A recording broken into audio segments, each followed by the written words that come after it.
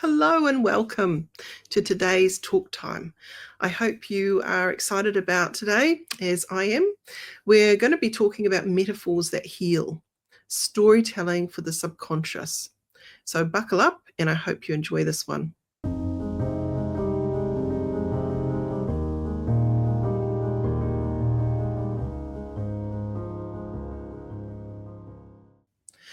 Now, the subconscious, it deals with things like symbols, images, and stories really well, bypassing the logical levels often. If we think about metaphors that are woven into our everyday language pattern, we're using metaphors all the time. So an example would be, I feel as heavy as lead. So are you going to be as heavy as lead? Probably not. But we use that to exchange an idea of how tired we are. But we haven't said, I'm tired. Okay, but people understand the metaphor heavy as lead, meaning you're very, very tired. We will often use metaphors to describe our state of belief or our state of experience, and others around you will, I guess, embed that meaning through the metaphor that you're sharing. We can use metaphors, though, in a therapeutic way, which is really exciting. So let's get into this. Metaphors work on a universal human level because most people, they're brought up with myths and legends and fairy tales and dreams. And so we understand that kind of language. I remember listening to the what was it called? The Bad Jelly the Witch. And it was such a wonderful animation where Spike Milligan, he took us on a journey into this incredible moment where there was a witch and a monster that lost his pants because the what do you call it? The mouse had nibbled on the things that held up his trousers. And there was Lucy the cow, and there was this little wee worm that helped out, and a tree that was magical that could grow. He just brought things to life. Now, it doesn't matter about the story itself and all the hidden meanings. It's what that child is listening to and how they are mapping and making sense of it in their own unique way. So what that story means to me might be quite different to what it means to someone else. However, it was massively appealing to a wider audience. It was humorous for a start. It took you into a fascination of a world that doesn't necessarily exist, but it felt like it did. So through his animation of voice and storytelling, it brought it to life. And I think as a hypnotherapist, this is what I tell my students anyway, is the way that we journey someone through a hypnotic metaphor, we want to be the ultimate storyteller. We want to bring it to life. So it's not just about going up a mountain or visiting a lake or following a path or whatever that is. We want to bring it to life in some way that is relatable and makes sense. For example, if you were to pick up a book and it was describing a scene, so the sunlight dappled down through the trees, dancing on the forest floor. We can actually bring some of the hypnotic metaphoric journeys to life in that way. However, we also don't want to destroy the client's idea of what the forest looked like, because they might not have the same forest as you have in your mind. However, we can set up some scenes in a metaphoric way. So, for example, there might be within this enchanted forest hidden doors. Now, are these hidden doors actually existing in real life? Probably not. However, in that dreamy space, that can absolutely be something that is possible. So just like Alice in Wonderland, where a door opened and down she went into this amazing world. When we're looking at that idea of taking someone on a metaphoric journey, their mind will start to join the dots all by themselves. So let's say, imagine you've got the lake and you've got the four seasons, very, very different to one another. And at some point, let's imagine you're in the atmosphere where the lake freezes over and the ice is there, solid, as if it will never melt again. However, there's a turning point where the seasons start to create a shift in temperature, and the sun becomes longer in the sky, and the ice that felt so rigid, so hard, begins to melt. Now, the client listening to this, if they're going through some sense of stuckness where they think, God, I'm never going to get over this, then using metaphoric language that is inviting that idea of constant perpetual change, that you're not stuck, never have been, that the weather, the emotional weather changes. So we can use these very interesting spaces to amplify an idea of impermanence or an idea of change or new life, new beginnings.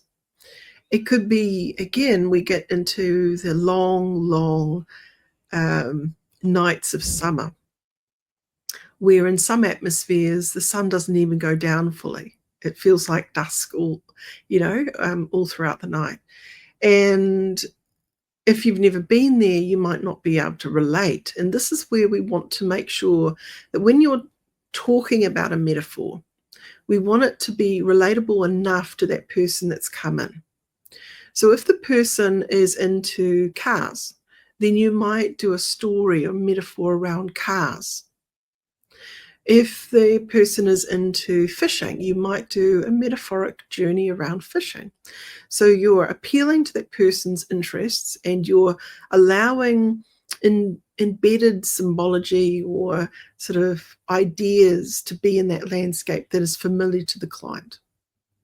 When the client goes into that daydreamy space and invited to think about it in a certain way, not explaining it to the nth degree, by the way. So metaphors need to be ones that you're not over-explaining.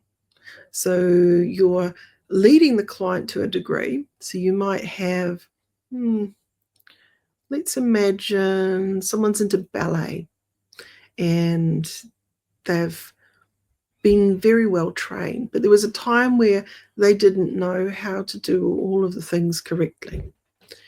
And so you can allow a metaphor where they might enjoy nature, and it might be the story of perhaps a baby bird learning to fly. But there are times where it's not ready to fly, that it has to wait until its wings are fully formed. Now, the ballerina idea, let's say that the person is embedded in the ballerina kind of world, and you think, okay, well, how does a bird relate to a ballerina? Well, in many ways it could, because when a young girl goes and starts to practice all the different foot movements, their body's still developing. And point shoes are not something that will happen until further down in the ballerina's journey. They have to use standard ballet slippers. So when we're kind of looking at that time where they can elevate themselves to that next level, there needs to be that perfect timing. So using the analogy or the metaphor of the bird, the baby bird, needing to be fed, that could be relating to the people who are teaching you and supporting you and so on. But there comes a time where you become independent. So that's that ballerina who's gone through all the training, is now understanding what to do and how to do it. And now that ballerina is ready to go out into the world and make a career of it, ready to fly. So that's where the bird analogy can kind of meet quite nicely with the person's journey.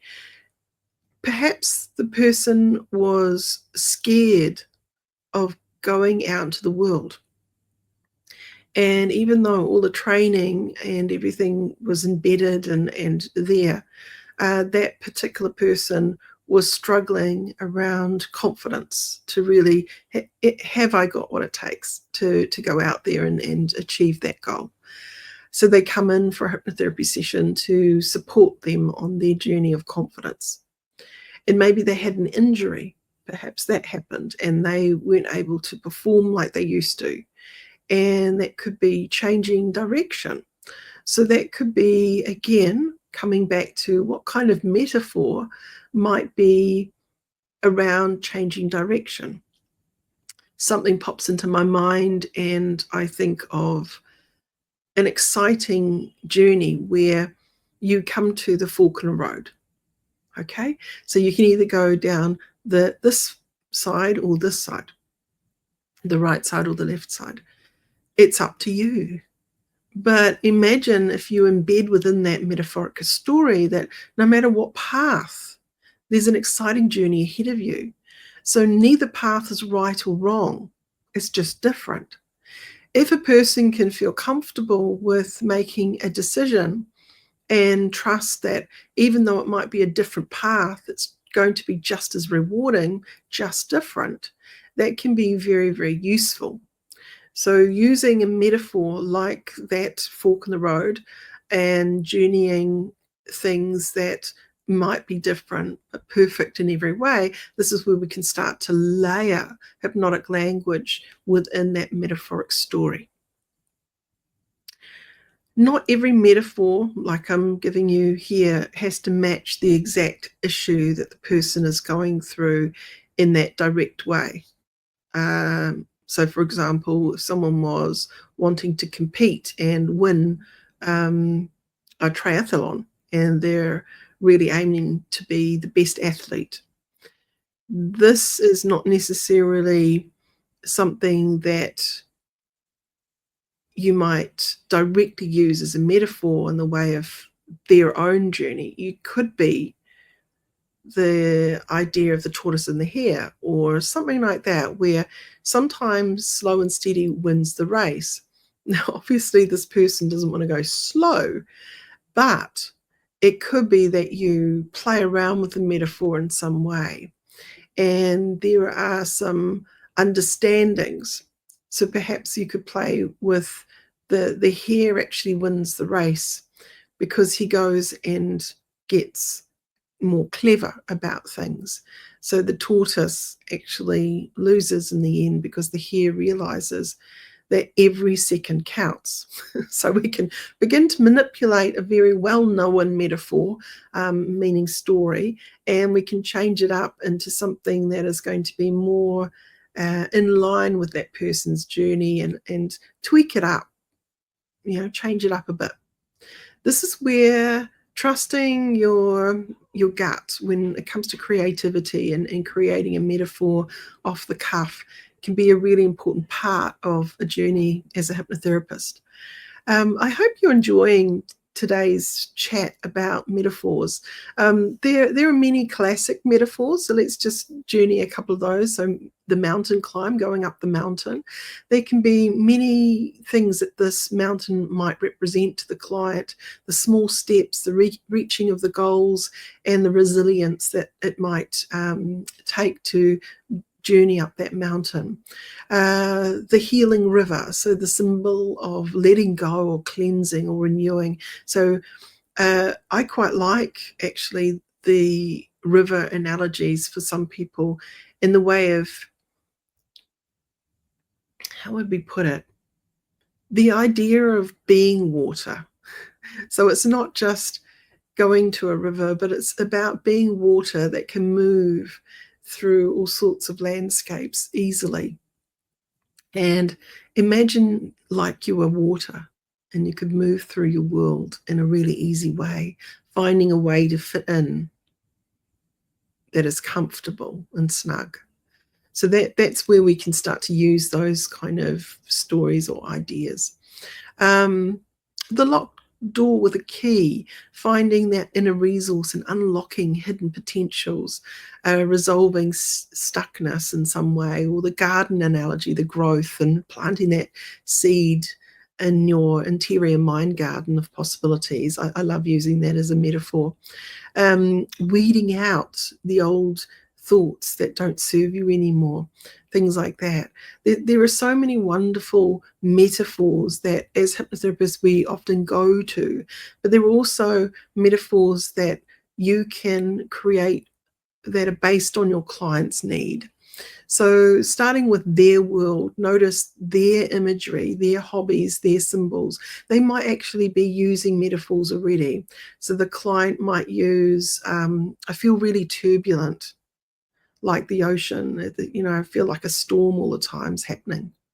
Use it. Get that client to imagine the storm passing and that better weather's ahead. Why not use it? Aligning with their goals is a big part of it too. Calming metaphors, addiction, strengths, direction, grief, healing, renewal. All of these things can really be woven into the story and made for that client's specific individual needs. I'm not someone that uses scripts, by the way. I do trust in my own creativity, and I understand that that's not necessarily how other hypnotherapists work, and that's okay. However, I like to be client focused. So I'm listening to the client, I'm gathering resources from the way that the client's been unpacking and sharing that with me, and I'm going to utilize that client's language and their metaphors in a really creative way. And that I think that's what I enjoy most about being a hypnotherapist is that creative part of my job. It's not boring. If I was to sit and just use a generic script for everyone, I don't know if I'd actually survived this many years. I think having that creative edge keeps me on my toes and it keeps it interesting. Let's put it that way. Yes, there are some metaphors I might repeat for some clients that are very, again, universal, but I love changing them up. Like the same story is never told twice. I will add little elements of what the client has brought from their world of understanding. Leaving space for that interpretation, just want to really reinforce that part. Because if you over-explain what the metaphor was all about, it loses potentially its magic meaning for the client. The client needs to join the dots. This is where the breakthroughs come in, is when they're quietly listening and they're joining the dots that make sense to them. That's really what counts. So the practical application in hypnotherapy, this is where if you're guiding them into a healing garden and crossing a bridge, there are so many possibilities of what the healing garden might represent, of what it is healing. The crossing of the bridge is, where is it taking you? All of these incredible things that you can do. This is where, if I imagine a bridge, I don't necessarily have to share that the bridge is made of metal, and every time they walk across it, they can hear the creaky boards underneath their feet. No, the client can embellish what the bridge is and what it's made of. That's up to the client to create that. You don't have to be coming with great detail, but you can invite a sketch of something where the client can take that and really run with it in their own way. If we over explain something, you're killing the client's opportunity to create something magical that makes sense to them. So remember that. Metaphors can be short as well, one-liners or long extended stories. They don't have to be always long stories, definitely one-liners, because we deal with that metaphoric language all the time. Like I said at the beginning, as heavy as lead, that is a one-liner. As light as a feather, another one-liner, opposite to feeling overwhelmed or something like that. So as light as a feather, as cool as a cucumber, people have heard these metaphors used in common speech all the time, but your client will be using them as they come into a session with you. And that is opportunity to help them to reverse the metaphor. It might not be that you're the one forcing the reverse in the way of coming up with what the reverse would be. You can actually ask the client, hey, I noticed that you were saying you feel as heavy as lead. How do you want to feel? And then they might come up with as light as a feather. So this is where the client has the answers, and that's where you can then embed that feather journey. Perhaps that becomes an extended long story, that the feather goes for this journey into these incredible places because it's as light as a feather. Who knows? Key takeaways I hope that you will get from this session today with Talk Time is metaphors speak directly to the subconscious, okay, bypassing resistance. And they can create a safe space for transformation, especially for sensitive issues. Effective metaphors come from the client's own imagery and experiences. And the therapist's role is to plant the metaphor and let the client's subconscious expand it. I hope you have enjoyed today's Talk Time. If you're interested in learning to become a hypnotherapist, please visit my website, NZACH.ac.nz, and there's a lot of information about our diploma course there. If you have any questions for me, please let me know, get in touch. And if you've enjoyed this, please comment below. I'd love that. And if you haven't already, follow us. And for those that are following, thank you very much.